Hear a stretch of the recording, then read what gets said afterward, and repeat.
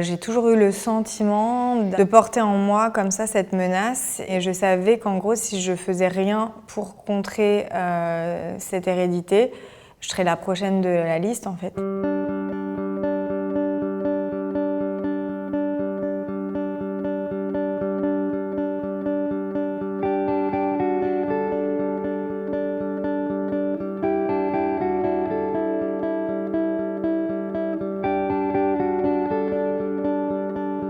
Arrière-grand-mère, grand-mère, maman ont toutes développé avant l'âge de la quarantaine ou autour de la petite quarantaine des cancers du sein. J'avais 23 ans quand je me suis fait tester et effectivement puisque j'étais l'aînée, j'étais la première et on avait tout le cancer déjà qui était présent chez nous, dans la famille. Moi je vivais encore avec ma maman et c'était déjà très lourd à porter tout ça pour moi, les traitements, les chimios et ça me faisait terriblement peur. J'ai mis un petit peu plus de temps à vouloir savoir si j'étais porteuse de ce gène. J'ai vraiment eu ce truc de dire « Ah, bon bah ma sœur là, ma mère là et moi si je l'ai pas, c'était limite une culpabilité quelque part. Du coup je l'ai bien pris quand j'ai su que j'étais porteuse, juste parce que je me suis dit bon bah je suis comme elle. Et du coup notre maman en est décédée à l'âge de 47 ans. On l'a vu finalement livrer ce combat avec dignité, avec force, avec humilité et nous on pouvait rien en fait. On parlait très peu des cancers génétiques et notre maman elle était quand même très proactive dans les recherches et elle s'est renseignée aux États-Unis. Il y avait une opération qui se pratiquait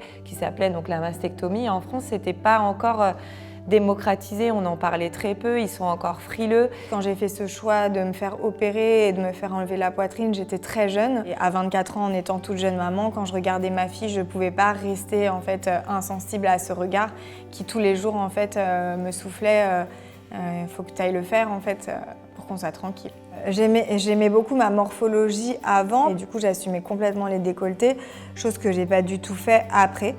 Je me suis beaucoup couverte d'ailleurs, et c'est d'ailleurs pour ça que je me suis décoloré aussi les cheveux. Bon, pyroxydé comme ça, on regarde ma tête, on regarde pas mes seins. On voit pas trop. Au début, je trouvais que c'était même pas des seins en fait, ça me semblait être des espèces de montagnes en fait. Et il fallait trouver tout le temps des parades pour mettre des maillots de bain avec des volants, pour pas qu'on voit les creux disgracieux. Au début même, il y a eu des maladresses parce que les gens pensaient que je m'étais tout simplement fait refaire les seins. J'étais toujours très complexée et tout ça de ma poitrine, mais j'avais quand même dit au chirurgien, bon, vous me refaites la même poitrine, il faudrait que je puisse reconnaître ma poitrine pour pas que ce soit un trop gros changement pour moi et surtout pour ne pas que les gens le remarquent quand je suis en brassière. Je me sentais terriblement mal, je me souviens parfois dans les cabines d'essayage à me mettre à pleurer seule parce que je regardais ma poitrine et que je la reconnaissais pas. On sait qu'on récupérera jamais nos seins.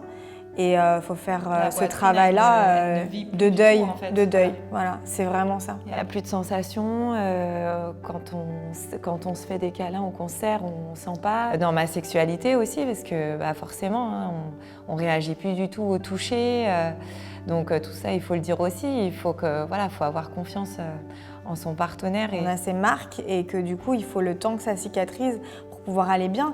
Et c'est encore plus dur quand on est peut-être même dans le couple parce qu'on a des sourires de façade, on est obligé de faire des efforts parce qu'on partage une vie commune.